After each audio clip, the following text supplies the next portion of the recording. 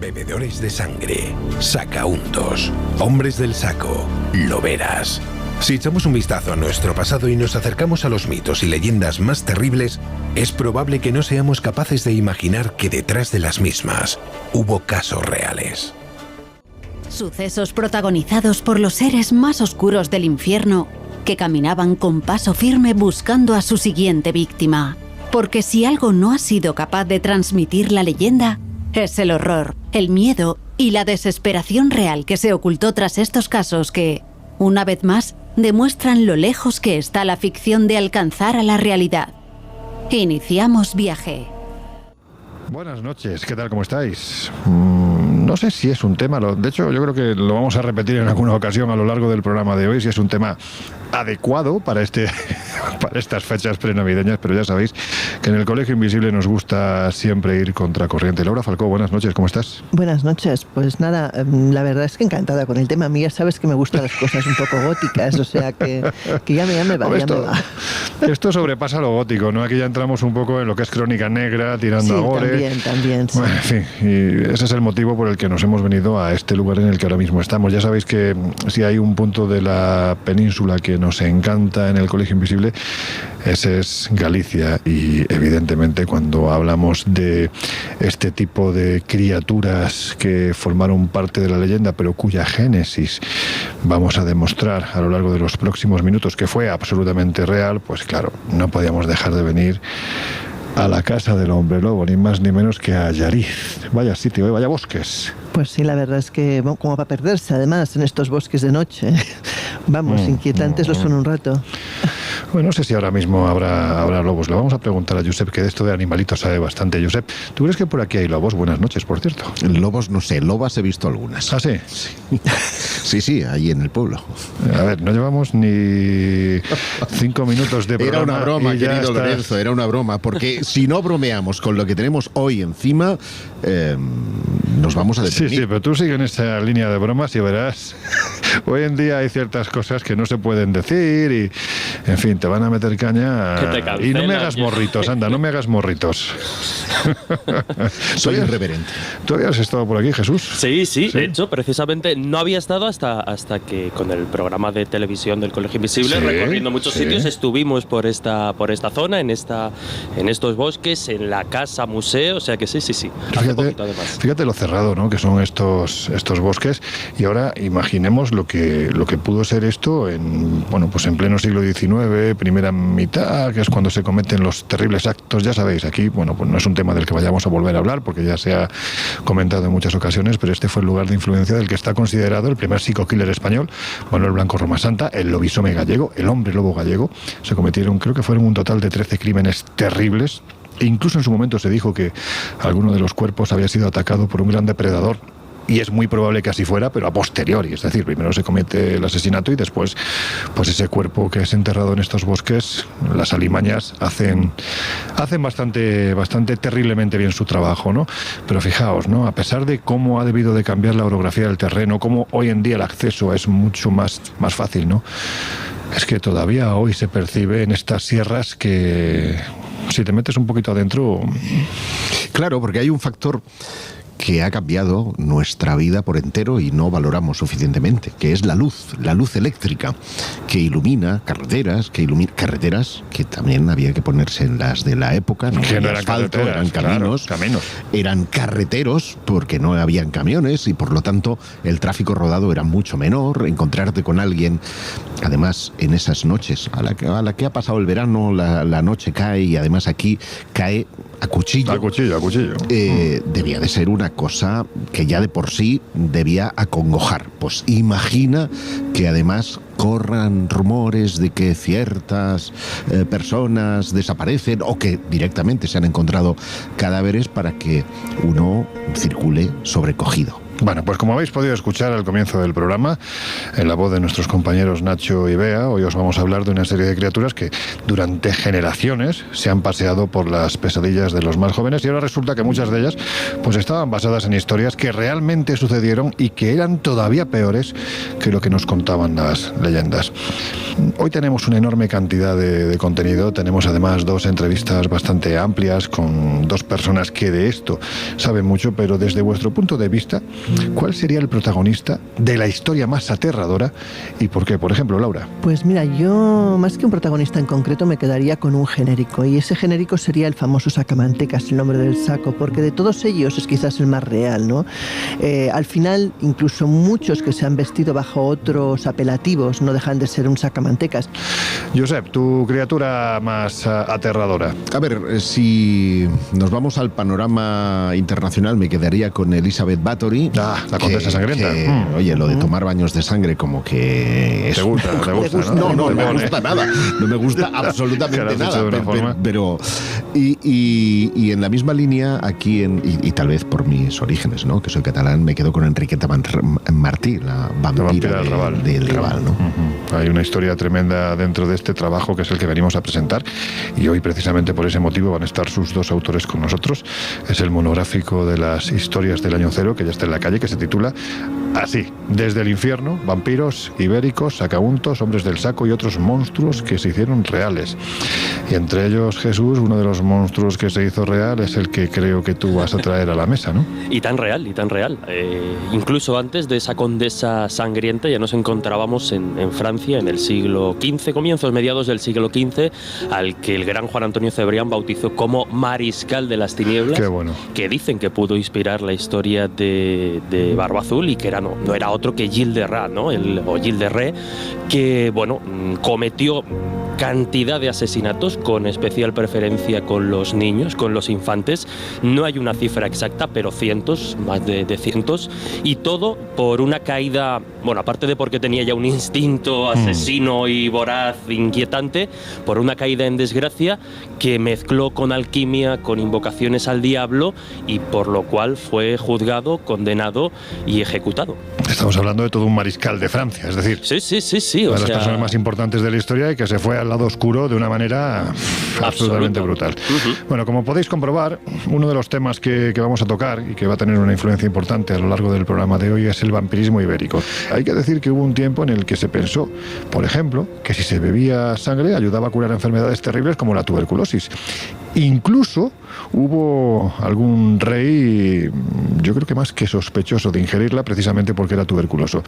Hay quien decía incluso que se asesinaba a los niños para curar a los enfermos. Es que todo esto parece una historia de miedo, pero es que es absolutamente real, ¿verdad? Pues efectivamente, eso parece, y es que, como bien dices, hay casos reales documentados y juzgados, como por ejemplo lo ocurrido en Agolada, en Pontevedra.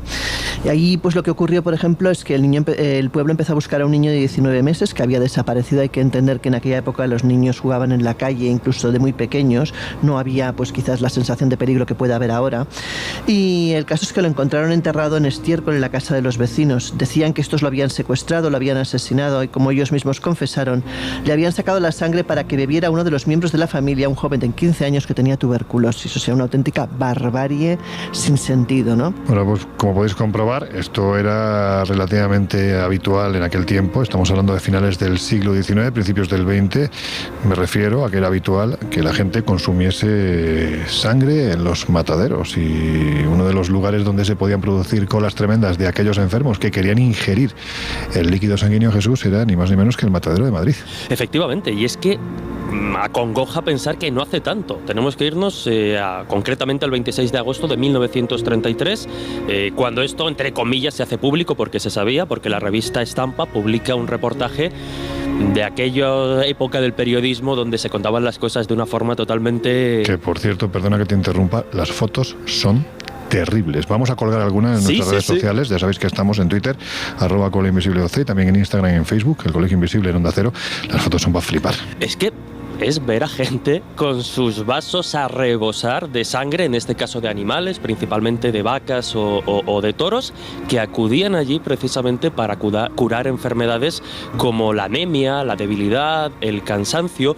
Era algo que desde luego no les gustaba, les avergonzaba, ¿no? Muchas gentes iban cubiertos, incluso aquellos que directamente no se atrevían a ir, pues mandaban a chavales a los que les pagaban algo con las lecheras a llenarlas de sangre para después devolverlas al propietario que quería consumirla para saciar un poco esa necesidad de salud. Y en este caso es verdad que había incluso formas mejores de consumirla, porque claro, había que el que la tomaba, digamos, directamente sacada del animal, todavía caliente, y esto nos puede generar un poco de malestar, parece ser que tenía más efecto, ¿no? Que ayudaba más a curar. Incluso quienes consumían y repetían. Yo creo que lo más interesante es precisamente ver las imágenes de cómo se agolpaban y cómo había colas tremendas para llegar a este matadero de Madrid, igual que sucedía en otras zonas de España, para consumir la sangre de los animales,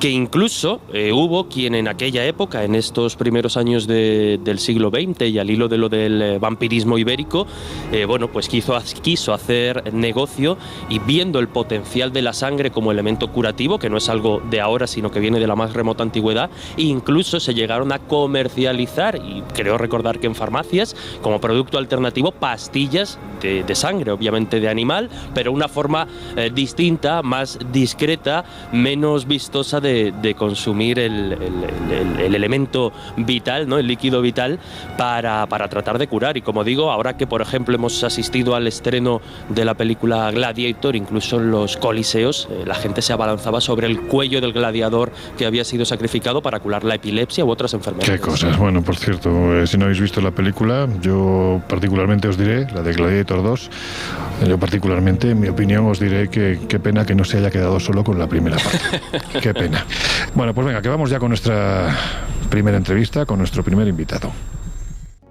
Carlos Montero Roché, para que os hagáis una idea, es técnico superior en Administración y Finanzas. Desde el año 2003 trabaja para el Servicio de Patrimonio Histórico del Ayuntamiento de Valencia, desempeñando algo que se le da muy bien, que son labores de catalogación y conservación de varios archivos municipales.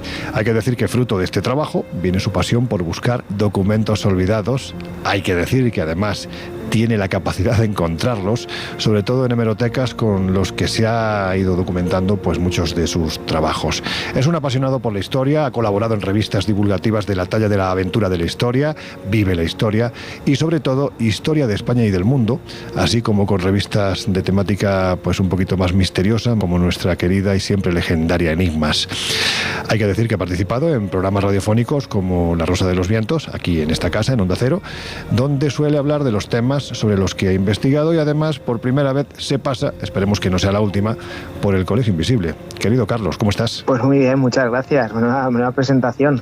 Bueno, la que te mereces, y nos quedamos cortos, porque yo siempre lo he dicho, si hay alguien que es el mejor documentalista, no solo de nuestros temas, posiblemente de los que yo conozco, que sepas que en el altar, en el podium, en el número 1, estás tú. Y además lo vienes demostrando desde hace años. Pues muchas gracias.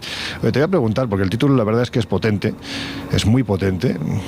¿Realmente hubo un vampirismo ibérico? Sí, se podría decir que sí. Los hombres del saco, como el crimen de Gados, la vampira de Barcelona, más llamada vampira de Barcelona. También hubo una serie de leyendas al más puro estilo, pues que no tiene nada que envidiarle a países como Hungría, Rumanía, Bulgaria. Y sí, son leyendas que bien podían haber inspirado un relato, una novela de vampiros, tal como conocemos la figura del vampiro literario o cinematográfico. Hay un artículo dentro de este monográfico que a mí me ha llamado especialmente la atención, porque bueno, el tema del vampirismo asociado a los bebedores de sangre, cuando en su momento se pensaba que gracias a la sangre, pues por ejemplo enfermedades como la tuberculosis se podían curar, bueno, pues estaba ahí, dentro de ese mundo tenebroso, ¿no?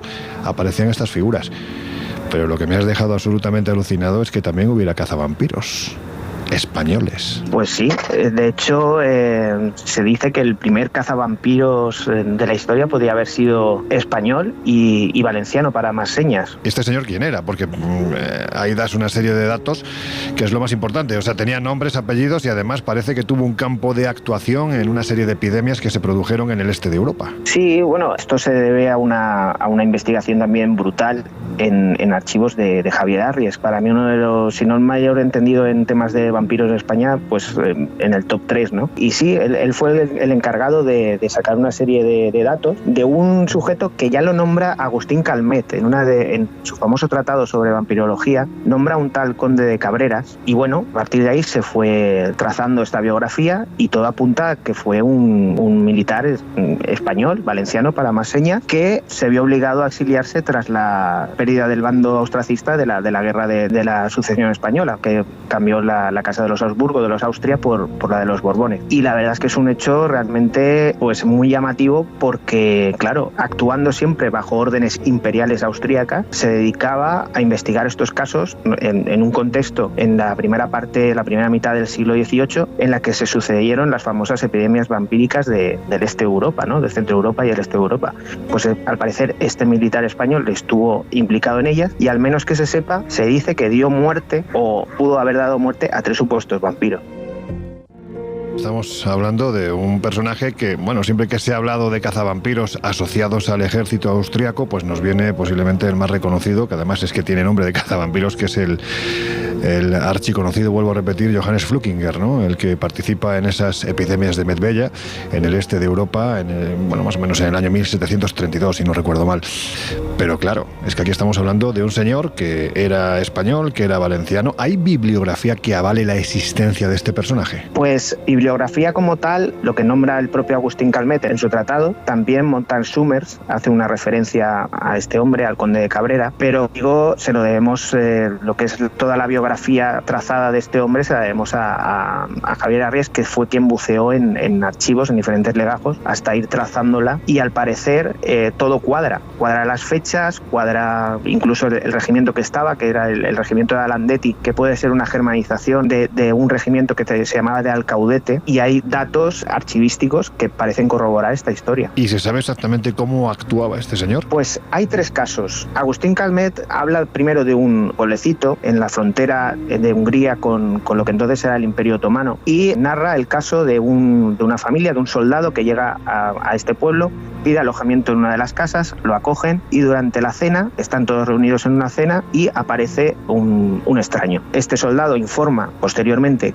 que toda la familia se queda totalmente blanca del susto. Este extraño se sienta a comer, le sirven de comer y al día siguiente aparece, digamos, el padre de familia aparece muerto. Al indagar un poquito más le dicen que la persona que había aparecido por la noche en realidad era el padre fallecido años antes de este padre de familia. Entonces este soldado informa a sus superiores y los superiores deciden mandar a este conde de Cabreras. Este conde de Cabreras recaba las pruebas pertinentes, manda a abrir el ataúd donde supuestamente está descansando este vampiro y encuentran el cuerpo, digamos, con un estado de forma que no se correspondía al de una persona muerta durante hacía años. Entonces, dicho eso, pues él actúa, pues me imagino que siguiendo un protocolo que es cortarle la cabeza y volverlo a enterrar. Y no solo ese caso, a partir de ese caso le comentan otros 2 casos y actúa de manera muy similar. Exhuma el cadáver, ve que ese cadáver, en las creencias de la época, parece demasiado vivo para estar muerto y actúa de manera muy similar que con el primer caso, es decir,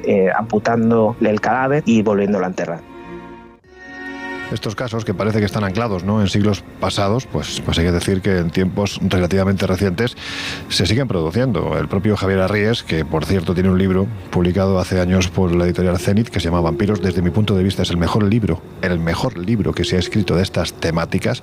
Coincido completamente contigo en que seguramente estamos ante el mayor experto en la historia, la antropología vampírica de cuantos hay en España, y además escribe de una forma que es tremendamente ameno. O sea, los libros prácticamente te los puedes beber en cuestión de unas horas. Bueno, pues él rescata un caso que se produce a principios de los 10 del siglo XXI, sobre el 2012, 2011 aproximadamente, que tiene como protagonista a un señor llamado Toma Petra. Estamos hablando de la zona de Oltenia, en el sur de Rumanía, donde se llega a la conclusión, a raíz de una serie de anemias que se están produciendo en la pequeña localidad, núcleo rural de Manotiro de Sus. Allí parece ser que hay una serie de personas jóvenes que están cayendo en unas anemias, en fin, ven entre delirios, ven a una persona que supuestamente ya ha fallecido, toma Petra, y los familiares deciden ir al cementerio.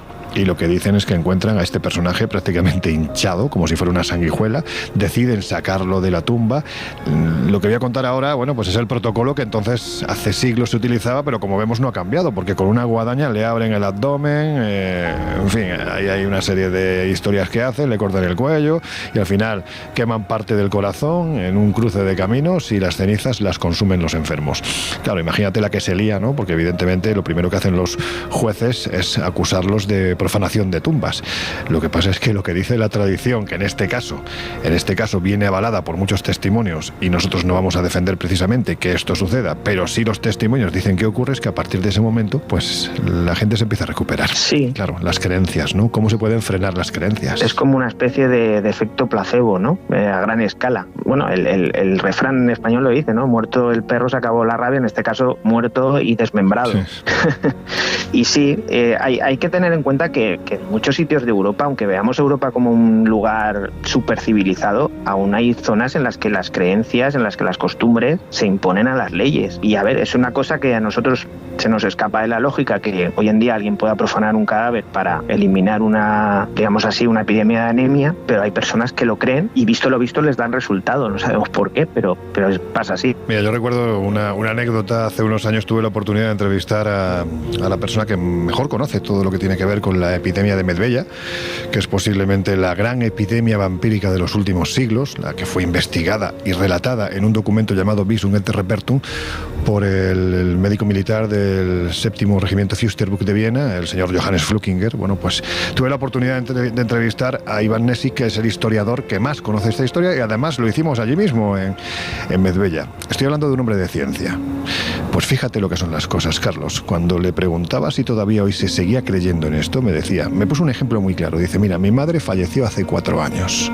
En el momento en el que falleció, nosotros lo que hicimos fue colocar alrededor de la tumba una serie de ajos con lo que son las espinas del rosal clavados al mismo. Porque la creencia es que esto que podemos nosotros llamar vampiro, que no tiene nada que ver con lo que se vive en estas zonas del este, no es el vampiro cinematográfico que tenemos en la cabeza, para ellos es un espíritu que está por ahí flotando, ¿no? Y que en un momento determinado, cuando ve que hay un fallecido, ¡bum!, se mete dentro del cuerpo para intentar regresarlo a esa no vida y hacer el mal. Bueno, pues dicen que son tan obsesivos que en el momento en el que tú les colocas estos ajos con esas puntas de rosal, parece ser que la tentación siempre es cogerlos por parte de estos seres y como si fueran una especie de globo, ¡pum!, explotan. Claro, dicho así puede parecer hasta bizarro, pero que te lo cuente un hombre de ciencia que lo ha hecho con su propia madre, dices, madre mía, ¿de qué estamos hablando? Sí. Pues mira, o sea, esa creencia de que el vampiro no es, digamos, una posesión, precisamente hay un caso que hemos tratado también, que es el de Lugares, que responde perfectamente a esa descripción que tú has hecho. Es decir, un húngrio, gente venida de las zonas del Mar Caspio, es decir, de esa zona de Europa precisamente, y que al parecer cayó en una reyerta, en una batalla, y al parecer algo lo poseyó y se convirtió en la leyenda de Ugares, de la zona de Cataluña, y responde perfectamente al arquetipo de vampiro de Europa del Este, no al vampiro que todos conocemos de capa y colmillos, pero fíjate, y era en España, en la Edad Media española. Es decir, ese tipo de creencias viajaban a través del espacio, y es que tenemos el caso totalmente calcado a lo que acabas de contar en España en el siglo XI, creo que, si no recuerdo mal, y hasta aquí llegaron, ¿no? Otro dato, aquí en España se hacían representaciones teatrales en el siglo XVIII de vampiros, o sea, de obras que tenían que ver con el vampiro, y incluso habían actores famosos que interpretaban a vampiros. Me imagino que ya sería el vampiro ya un poquito deformado por las Penny Dreadful, ¿no? Estas novelitas de penique de Inglaterra sobre todo, pero claro, todo ese mito literario que ver con una creencia muy antigua. El propio Bram Stoker, siempre se dice que el Drácula de Bram Stoker está basado en Vlad Tepes. Bueno, en cierta parte puede ser así, pero también no hay que olvidar que él se influyó mucho de las leyendas irlandesas. Había un autor que convivió en el espacio y tiempo con Bram Stoker, que era Sheridan Le Fanu, que hacía obras maravillosas, relatos maravillosos sobre vampiros. Carmilla, por ejemplo, es uno de ellos. Claro, Carmila, o incluso Polidori también, con su famoso vampiro, ¿no? Pero beben de esas tradiciones. O sea, siempre se ha hablado que que Bram Stoker, por ejemplo, quedó muy impresionado por las hambrunas de la llamada hambruna de la patata en Irlanda, ¿no? Que eran auténticas hambrunas, y la gente paseaba famélica por las calles de Dublín casi como si fuera una película de zombies. Entonces, todas esas cosas influían hasta que al final se crea el personaje literario. Y de hecho, el personaje literario es muy diferente a lo que luego protagonizó Bela Lugosi. O sea, el vampiro de Bram Stoker, en su primera aparición, es un viejo que huele a tierra decrépita. Entonces, claro, eso casa con las creencias vampíricas que habían, sobre todo en Europa del Este. Bueno, pues todo esto lo tenéis en este monográfico de las historias del año cero, desde el infierno, vampiros ibéricos, sacauntos, hombres del saco y otros monstruos que se hicieron reales, cuyo autor, o uno de los autores, ha estado esta noche en el Colegio Invisible. Carlos, que ha sido un placer, me pegaría hablando contigo horas y horas y horas, ya habrá oportunidad. Sí, de momento hemos hecho... Tú ya sabes que yo también cuando empiezo no paro, como no me cortéis me quedo aquí horas.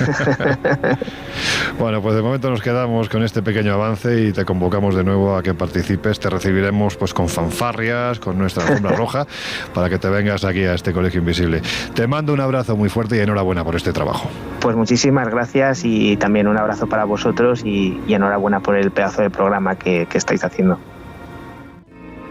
Bueno, pues después de escuchar a nuestro primer invitado, yo creo que lo suyo es que escuchemos a su vez lo que tienen que decirnos nuestros compañeros de los servicios informativos de Onda Cero Radio. Estáis en el Colegio Invisible, enseguida volvemos. Bueno, pues ya estamos de vuelta. Si te acabas de incorporar al Colegio Invisible de hoy, que sepas que te estamos hablando de gente que bebe sangre, que va a los mataderos, que hacen colas pensando que el líquido sanguíneo pues es poco menos que algo que les va a curar de muchas enfermedades. Eso pasaba hace siglos.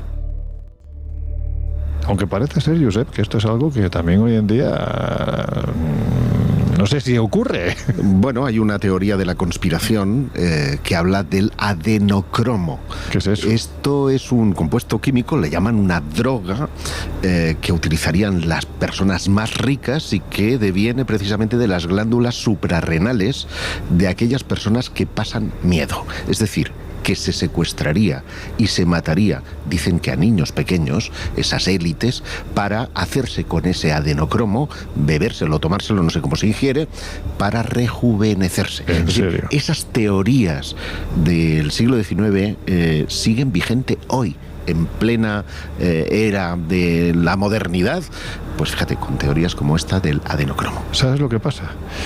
Que viendo las cosas tan raras que hacen ciertas élites, es que me lo puedo llegar a creer. Se pagan precios, o sea, la droga existe y se pagan precios astronómicos. Lo que nadie sabe es si realmente se matan niños para conseguirlas o no. ¿Te acuerdas cuando estuvimos en Bosnia? Sí. Pues ahí nos contaron una historia que no tiene mucho que ver con esto de la sangre. Bueno, sí tiene que ver con la sangre de otra manera, ¿no? Que me pareció tan de ficción que dije, lo del safari... si la gente es capaz de hacer esto, me puedo creer cualquier cosa. La persona que nos acompañaba, Mónica, ¿te recuerdas? En este viaje por Bosnia y por Croacia, nos contaba que durante un tiempo se puso de moda, durante la guerra de los Balcanes, lo que se llamó Sarajevo Safari. Y es que había gente que tenía muchísima pasta, muchísimo dinero. Estamos hablando de grandes potentados del planeta, que volaban en helicópteros militares hasta Belgrado. Allí se reunían... Sarajevo. No, volaban primero hasta Belgrado. Y una vez que estaban en Belgrado, acompañados de militares, claro, porque eran los serbios, iban al frente de Sarajevo, se apostaban, literalmente se apostaban en las colinas de Sarajevo. Un niño, tanto dinero. Un adulto, tanto dinero. Un anciano, menos dinero. Y ahí estaban cazando. Se llamó Sarajevo Safari. O sea, si realmente hay gente que es capaz de hacer esto, yo me puedo creer que lo del adenocromo o lo que demonios sea, pues es posible, porque el ser humano, pues ya sabemos que tiene una oscuridad inmensa. Los demonios los llevamos dentro, no hay que buscarlos en el infierno.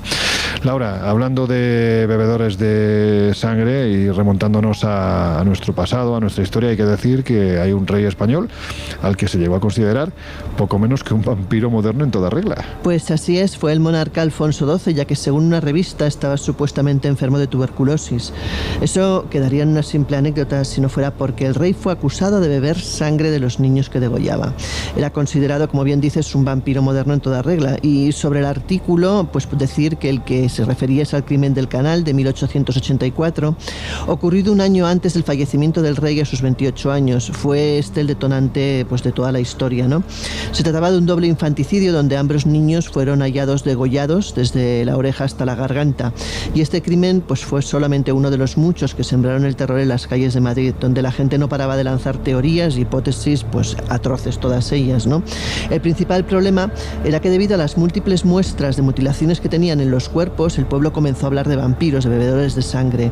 Y con todo ello, el rey Alfonso XII estaba en el ojo de la tormenta. La figura del Borbón, pues, se plasmaba como la de un tuberculoso que necesitaba sangre de infantes para curar la tisis, y se decía que pagaba a hombres para que robasen niños y les sacara la sangre, ya que la grasa, pues, no les interesaba en este caso. La enfermedad del rey se intentó mantener en secreto porque era un arma peligrosa, pues, para los enemigos políticos, y según la Casa Real, desde luego no tuvieron nada que ver con semejantes crímenes, pero, como bien se sabe, pues la rumorología puede ser tremenda. Sí, lo que pasa es que muchas veces la rumorología puede ser tremenda, pero si te pones a mirar lo que hay detrás, a veces suele ser bastante más tremendo que la propia rumorología. Bueno, la cuestión es que este tipo de creencias, Josep, es que yo creo que dio pie a todo tipo de crímenes, ¿no? Porque si no había sangre en los mataderos, pues había que buscar en algún sitio, había que generarla, ¿no? Pues había que generarla, evidentemente. Fíjate que tengo aquí un cuadro que fue exhibido en el Salón de los Artistas en 1898 en Francia, de Joseph Ferdinand Geldry, que a mí me parece sobrecogedor. En un primer plano estamos viendo un buey, ¿no?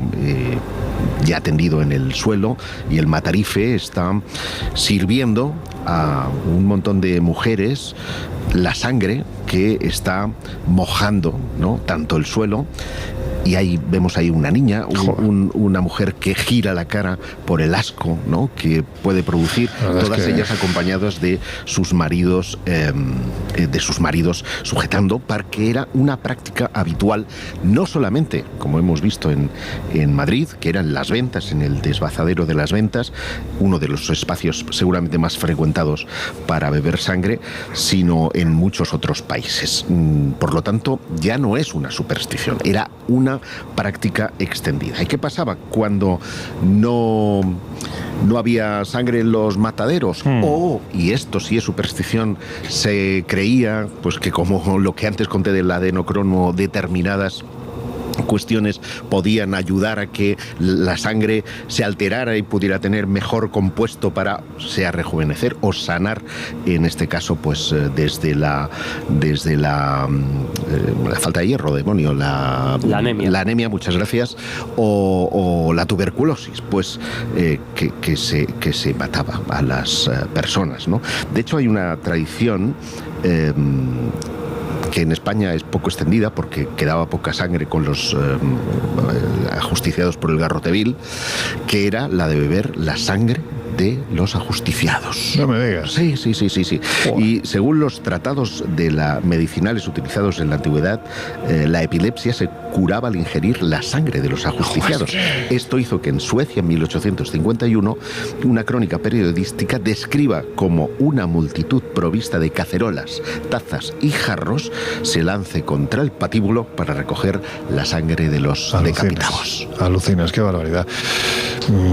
Es que, claro, aquí la pregunta es ¿por qué se creía Jesús en el poder curativo de la sangre? ¿Cuál era ese poder?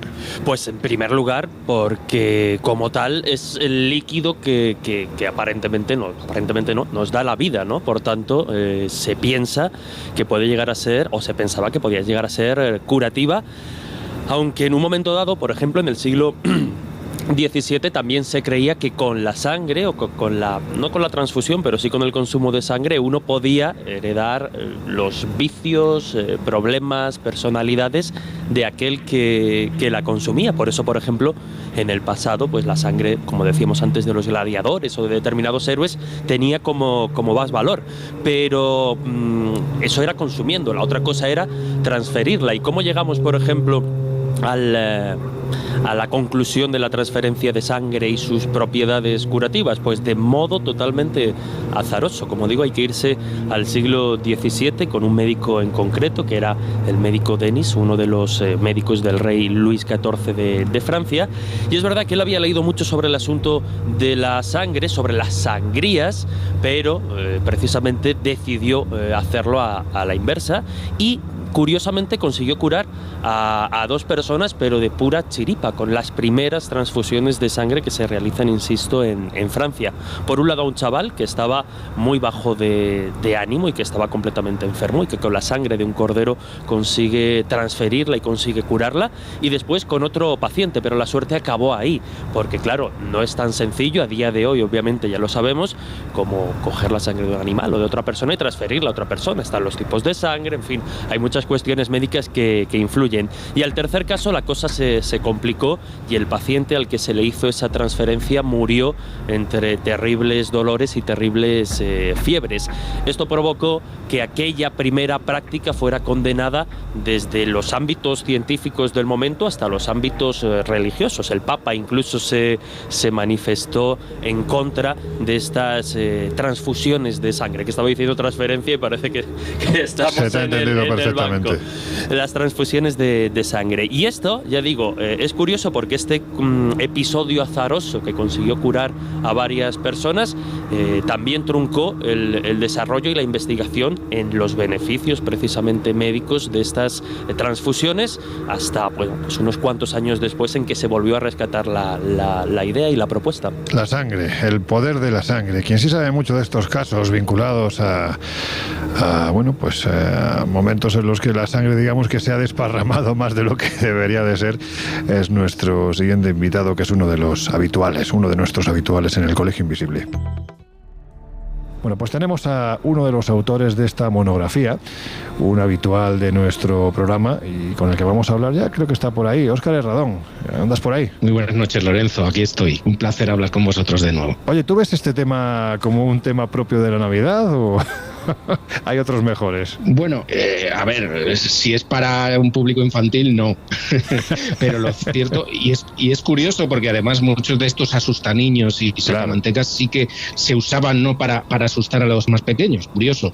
Pero si tenemos en cuenta la de años que juntos hemos hecho números en Navidad de revistas, ¿no?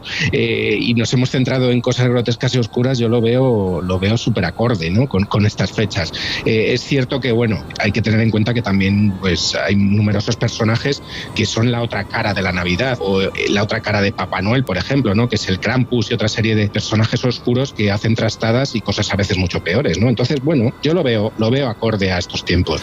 Bueno, lo que está claro es que, como bien dices, ¿no? La historia que hay detrás de alguno de los casos que protagonizan sucesos de los que estamos hablando en estos minutos, y vamos a seguir hablando de ellos, está claro que fueron tan sumamente duros que efectivamente se utilizaron para que las noches de muchas generaciones, sobre todo de los más pequeños, se convirtiesen en auténticas pesadillas. El título de este monográfico es Desde el infierno, vampiros ibéricos, sacauntos, hombres del saco y otros monstruos que se hicieron reales. Vamos a los primeros, que sabes que yo además tengo una especial devoción por ellos. ¿Existió realmente un vampirismo ibérico? Bueno, no ha existido un vampirismo ibérico como tal, en el sentido que pueden tener otras culturas, Lorenzo, que tú conoces bien, ¿no? Como puede ser en Hungría o en Transilvania, ¿no? Zonas de Europa Central o de Europa del Este, donde está muy extendida esa creencia en el vampirismo, ¿no? Como tal, no tanto, pero sí que es cierto que si ya escarbamos y buscamos en la bibliografía y en la historiografía española, pues encontramos casos de supuesto vampirismo incluso remontándonos a tiempos prehispánicos, ¿no? A la antigüedad, donde se han encontrado incluso tumbas y yacimientos donde el supuesto cadáver se le habían hecho una serie de rituales que parecen estar muy vinculados con algo similar al vampirismo o algo relacionado con la zombificación, pero en una creencia muy parecida, muy similar a lo que podemos encontrar en el viejo continente, en tierras más al norte o en tierras más al este, ¿no? Y luego también existen casos muy concretos que en este monográfico cuenta con detalle Carlos Montero Roche, y donde hay casos de auténtico vampirismo ibérico, muy concretos, pero los hay. Bueno, pues ahora iremos a alguno de los casos. De hecho, antes sí me gustaría preguntarte dónde entraba la realidad de lo que ocurría ¿Y dónde comenzaba la superstición? Porque da la sensación de que muchos de estos casos empezaban siendo crímenes que se solían producir en núcleos rurales, y de repente la imaginación popular se desbordaba y los acababa convirtiendo, ¿no?, a los protagonistas, nefastos protagonistas de estos casos, los convertía casi en seres legendarios, ¿no? Bueno, claro, siempre que hablamos, Lorenzo, de estos temas, hay que tener en cuenta cuando se le atribuyen a una serie de personajes facultades sobrenaturales, preternaturales, o una serie de cosas relacionadas, como puede ser con el vampirismo, ¿no? Está claro que la leyenda y el mito tienen mucho de fundacionales de esos asuntos, o sea, sin ellos no se comprende. Es evidente que muchos de estos personajes a los que se atribuyen cosas increíbles fueron viles asesinos y ya está. Lo que pasa que luego, como bien dices, pues lo que es el pueblo, lo que es el imaginario popular y colectivo, pues le fue atribuyendo una serie de facultades que los convirtió, pues en eso, ¿no?, en monstruos de pesadilla. Pero es curioso que el monstruo de pesadilla de la ficción no llega a ser tan terrible como algunos de estos personajes que fueron reales y que cometieron crímenes reales, como puede ser el crimen de Gádor o el sacamantecas de Navarra o Enriqueta Martí, una serie de personajes que tocamos en el monográfico y cuyas acciones son mucho más terribles, ¿no?, haciéndose real esta máxima, valga la redundancia, Loren, de que la realidad supera la ficción, en este caso seguro, o sea, y es espeluznante. Hay cosas que a mí me ha costado reproducir en los textos, o sea, que de hecho intentaremos no reproducirlas en antena, pero que son duras y que hacen que veamos que no es tan extraño que el pueblo le atribuyera a esta gente la apariencia de monstruos, porque eran verdaderos monstruos. Lo que está claro es que se mitificaba, ¿no?, determinados sucesos y también, por supuesto, a determinados personajes, llegando incluso a revestirlos de cierta sobrenaturalidad a raíz de la brutalidad de los sucesos que protagonizaron. Vamos a algunos ejemplos. Yo creo que, en fin, es uno de nuestros habituales en el Colegio Invisible. Lo que pasa es que es uno de esos habituales de los que gusta recordar la historia, porque tiene una parte de crónica negra, pero también en cierto modo romántica, por el lugar donde se desarrolla y porque casi siempre suele haber datos nuevos. El hombre lobo gallego. ¿Realmente hubo un hombre lobo en Galicia? Hubo un lobisome, que es como se conoce en la cultura gallega, al licántropo, ¿no?, a ese personaje que puede transformarse o cree transformarse más bien en lobo, ¿no?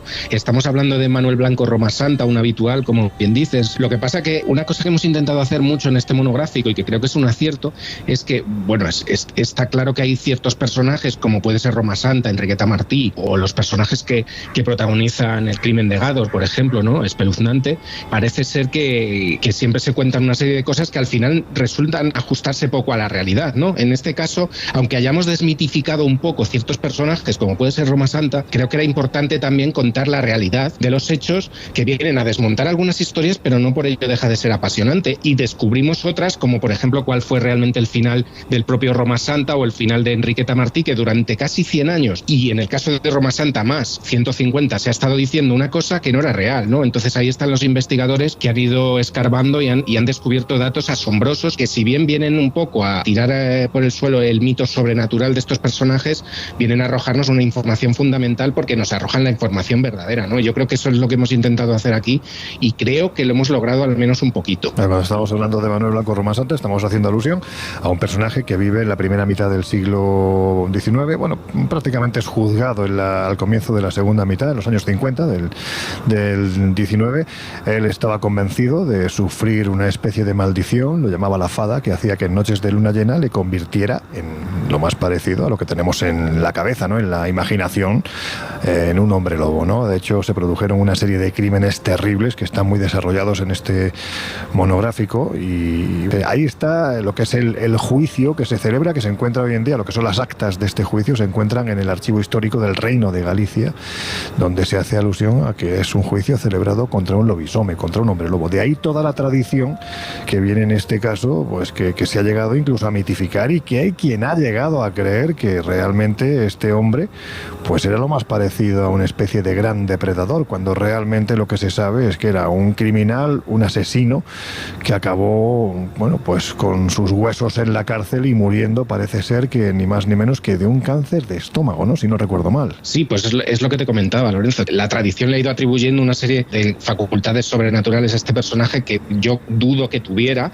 pero sí que es cierto que no deja de ser un personaje relativamente romántico de la historia gallega y por ende de la historia criminológica española, que es fascinante. Entre otras cosas porque no es el criminal tampoco serial habitual, ¿no? Está considerado además uno de los primeros de nuestra historia, ¿no?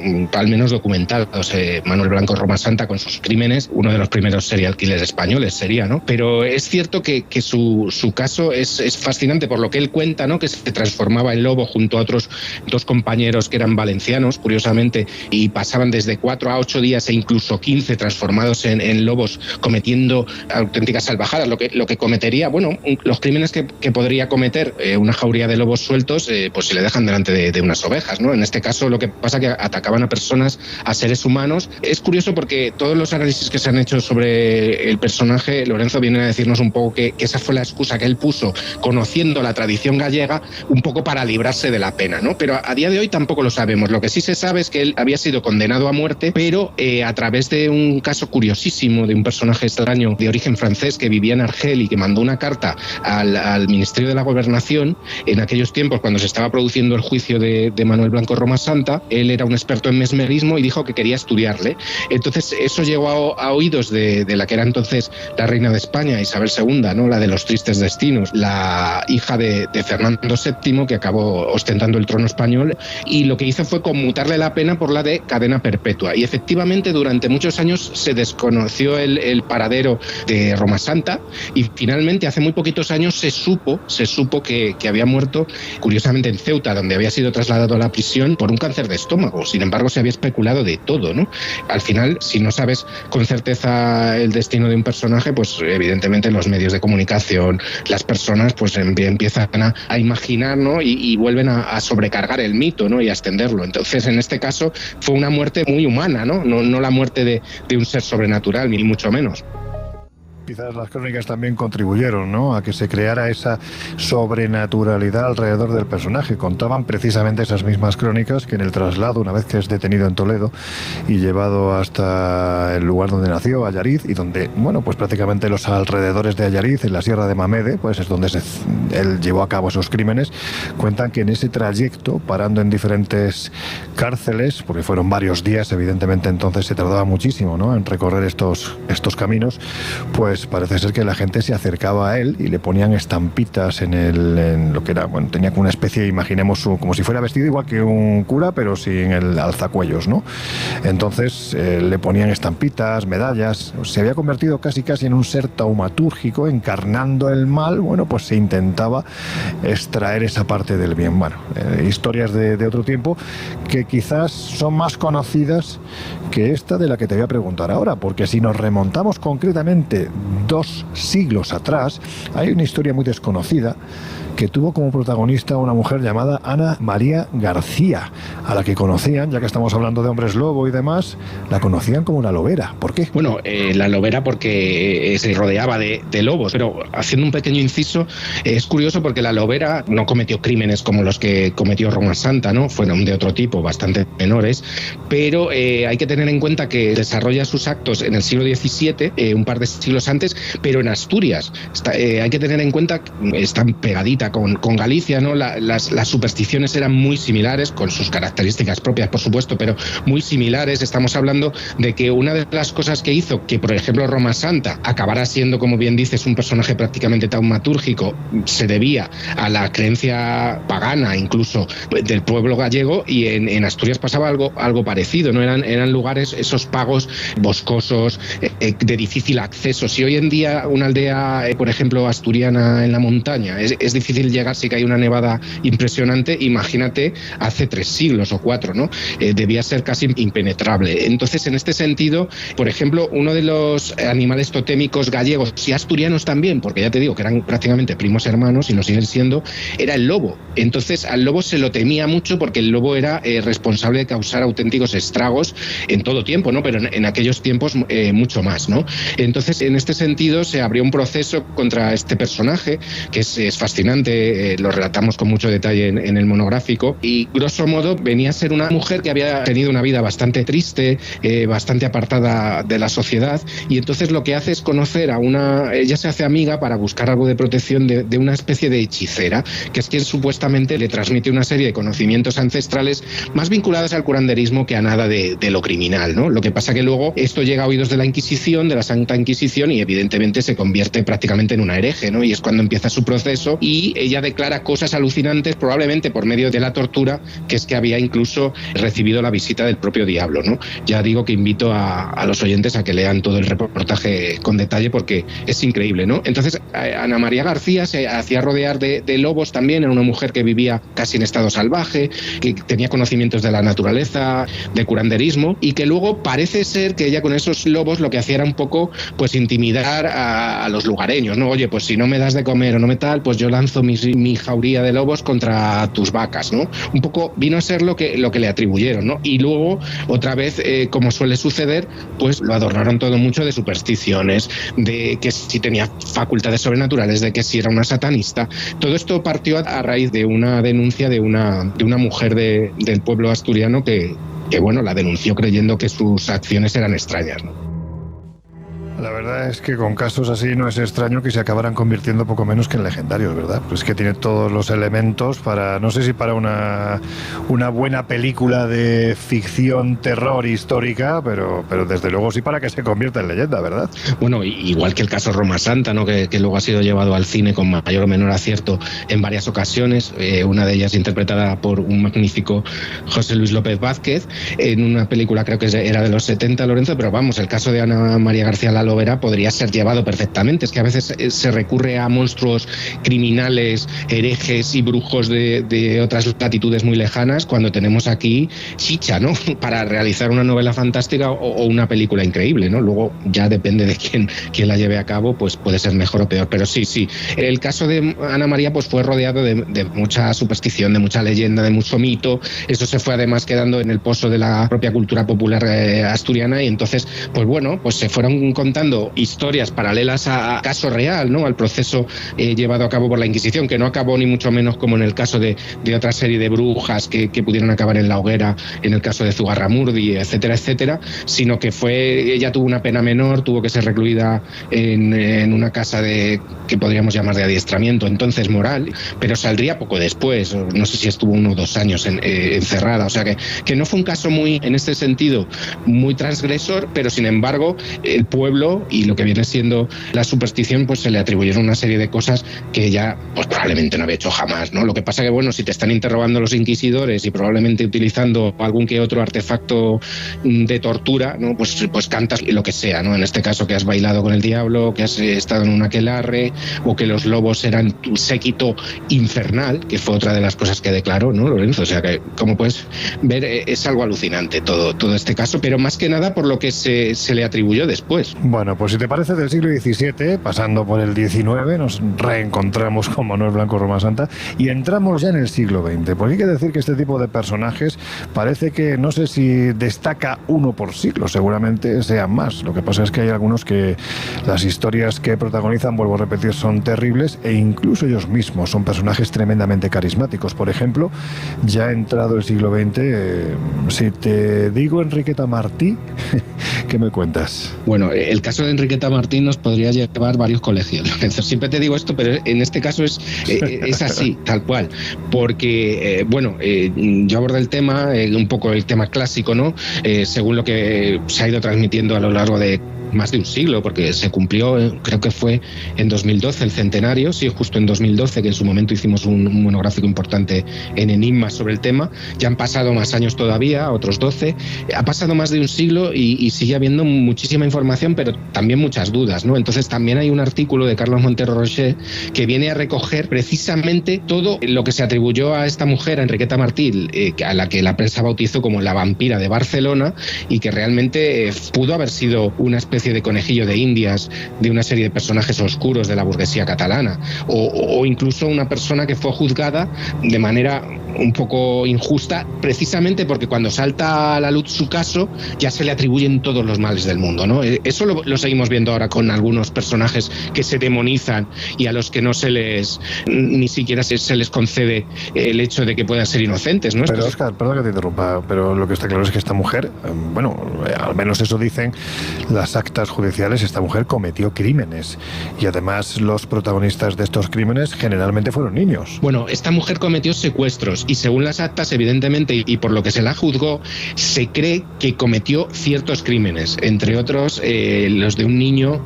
Pepito, que vivía con ella y que supuestamente ella habría matado en presencia de un par de niñas que estaban con ella en la casa. Sin embargo, una serie de investigaciones posteriores revelaron que algunos de los huesos hallados en su domicilio, en otras partes y en otros sitios, y que supuestamente los forenses en un primer momento, Lorenzo, determinaron como humanos, eran huesos de animales. Todo esto lo contó en su día un periodista madrileño que trabajaba para el Heraldo de Madrid y que vino a desmontar un poco todas estas teorías y que llegaron a ser oficiales a través del proceso contra Enriqueta Martí, el duende de la colegiata, era su apodo periodístico, y que él contó todo esto y lo sacó a la luz. Y sin embargo, ha pasado más de 100 años, Lorenzo, y seguimos pensando que Enriqueta Martí secuestró a casi todos los niños que había por Barcelona solos, que los mató, que se los ofreció en un prostíbulo a la gente de clase alta. O sea, hizo cosas, era una delincuente, sin duda.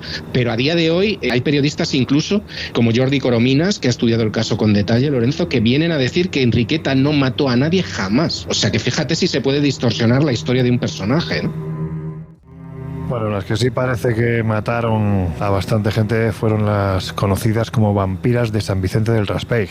Es otro de esos casos de vampirismo ibérico. Y claro, pues teniendo allí mismo a nuestro compañero Pedro Amorós, ya sabéis que es el presidente de la Sociedad Española de Investigaciones Parapsicológicas, que vive en San Vicente del Raspeig, en Alicante, pues no hemos podido evitar la tentación de preguntarle.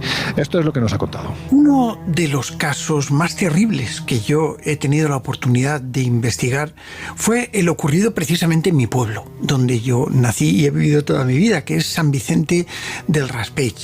Se trataba de un caso que fue bautizado como el de las vampiras de San Vicente, precisamente por la población en aquel momento en el que ocurrió. Todo comenzó el día 7 de octubre del año 1924, cuando la edición del diario alicantino que había en aquella época, que era el Diario de Alicante, pues recogía los testimonios de un montón de gente argumentando un caso precisamente de la desaparición de una niña. La pequeña Carmencita Mendívil Borja, de 7 años de edad, que parece ser que fue invitada a entrar en una lúgubre y antigua casa en San Vicente del Raspeig, concretamente, ¿no? En la calle Mayor, número 32. Realmente es uno de esos casos que te llevan a reflexionar, ¿no? de el por qué ocurre todo esto. La niña desaparece y parece que fue secuestrada por una vieja curandera, una vieja hechicera, que era de San Vicente, pero que había vivido mucho tiempo en Monóvar, la cual quería curar lo que era la impotencia de su marido, Bartolomé, un hombre que era ciego, estaba medio paralítico y que era totalmente impotente desde el punto de vista sexual. Y bueno, pues parece que esta mujer, que era, y le decía a todo el mundo que se trataba de una bruja, que era una hechicera, una curandera y demás, lo que pretendía es recuperar la vigorosidad de su marido, es decir, la potencia sexual. Y tenía en principio que hacer una especie de sortilegio, de ritual, en el cual su marido tenía que tener relaciones sexuales con una niña virgen y, por supuesto, ingerir su sangre. Parece ser que esto ocurrió de verdad y, bueno, pues al final la niña acabó muerta, la mataron, la tiraron a un pozo y realmente fue algo terrible para la época. La gente comentaba verdaderas barbaridades, sobre todo por ese juicio tan sumamente tremendo que tuvo lugar, ¿no? Sobre todo porque también se cometieron algunas imprudencias desde el punto de vista judicial, ¿no? El caso es que la muerte de esta niña pues afectó muchísimo a la población, y además una población en la que yo me he criado, porque precisamente un familiar mío compró la casa de enfrente, prácticamente de donde fue torturada la niña, violada y asesinada, y la tiraron al pozo y allí murió, ¿no? Y yo recuerdo que cuando era pequeño jugaba mucho por esa calle, que era la calle Mayor, y bueno, pues nos decían que allí había una casa embrujada. Fijaos que yo creo que tenía 6, 7 años por aquel entonces, y ya me llamaba mucho la atención el tema de las casas embrujadas. El caso es que nos decían que había una leyenda que contaba que allí en esa calle había una casa, que era la casa del pozo de la niña muerta, nada más y nada menos. Y decían que si decías su nombre asomándote al pozo, suavemente venía una mano, te agarraba y te sumergía en las negras y oscuras aguas de ese pozo por el resto de tu existencia. El caso es que yo no sé hasta qué punto eso fue verdad o no, pero yo recuerdo que cuando era pequeño muchas veces jugábamos por allí, por aquel lugar, y bueno, pues nos acercábamos a esa casa del pozo. ¿Quién sabe si esa sería la casa del pozo de la pequeña Carmencita Mendívil, ¿no? Que allí parece que perdió la vida. En fin, uno de esos casos que no te dejan indiferente.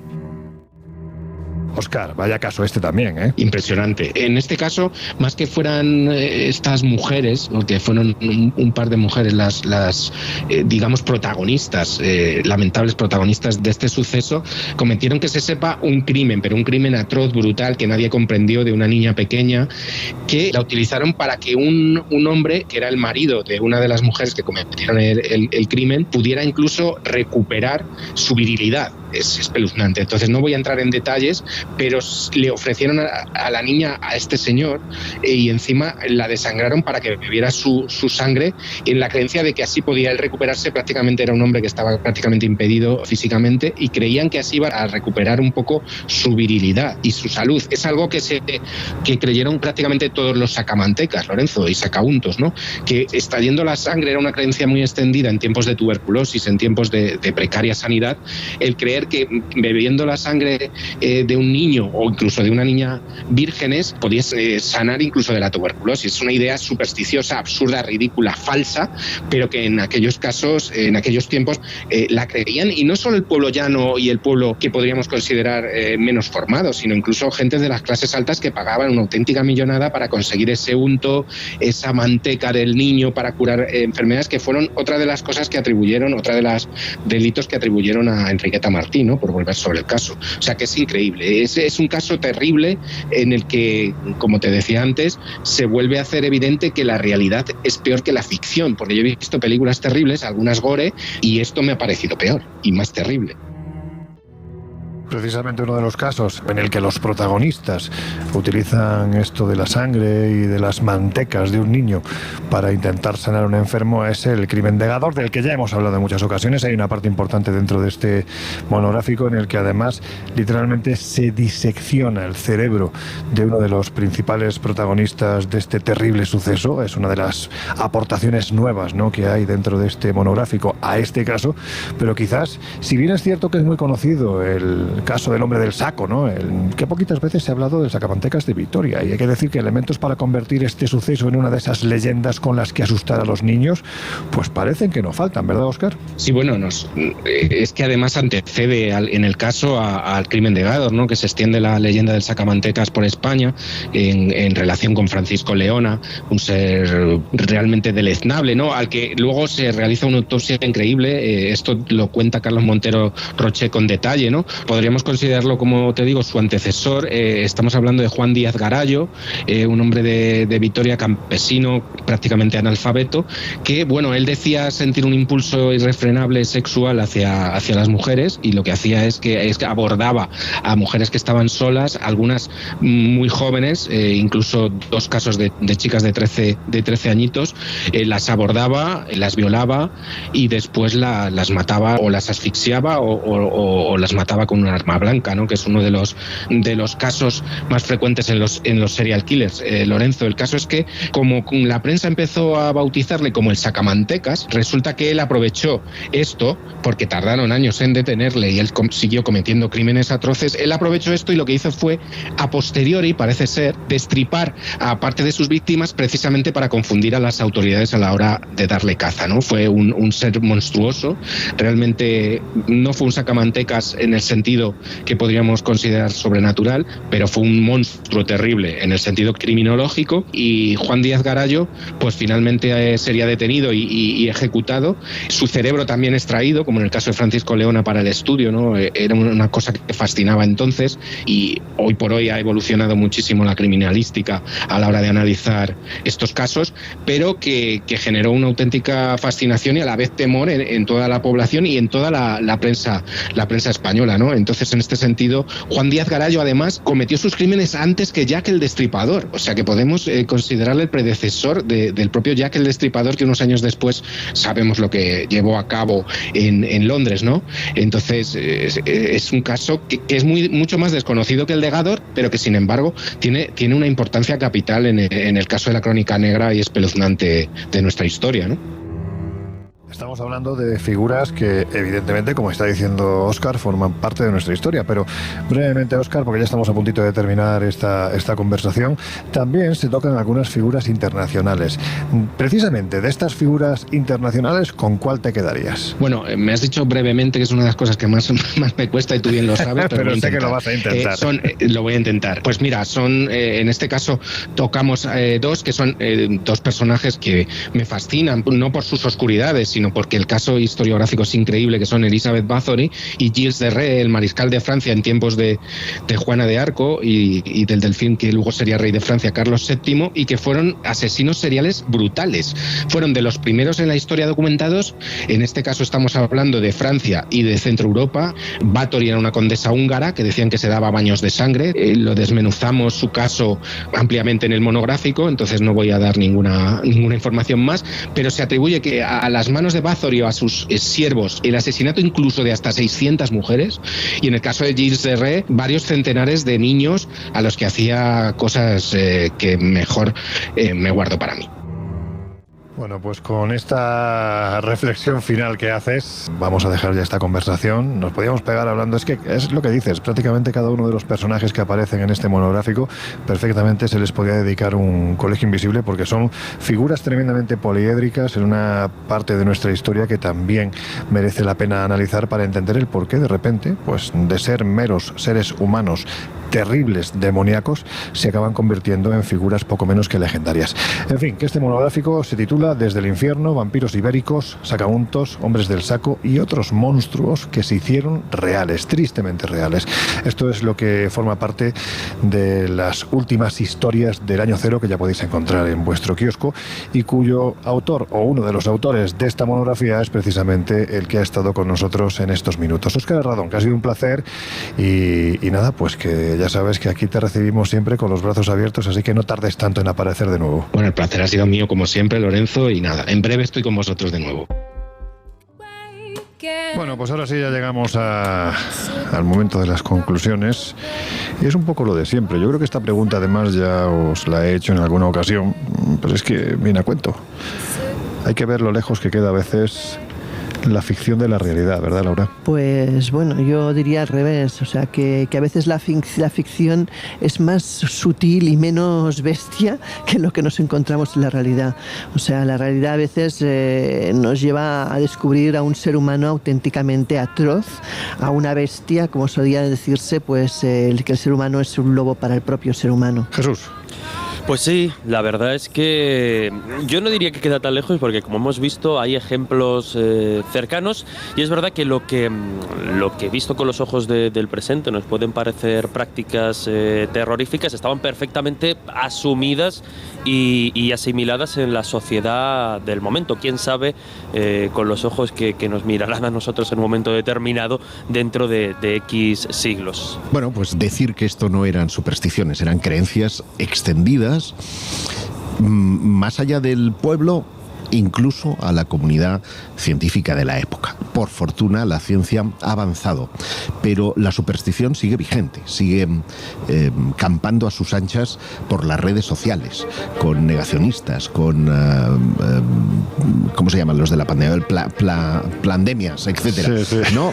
Sí, porque es verdad, todo ese negacionismo, en el fondo, no establece un puente con todo lo medieval, con todo lo que es superstición, con todo lo anticientífico. Y es un peligro que nos tiene que poner frente al espejo de saber torear precisamente con todas estas creencias.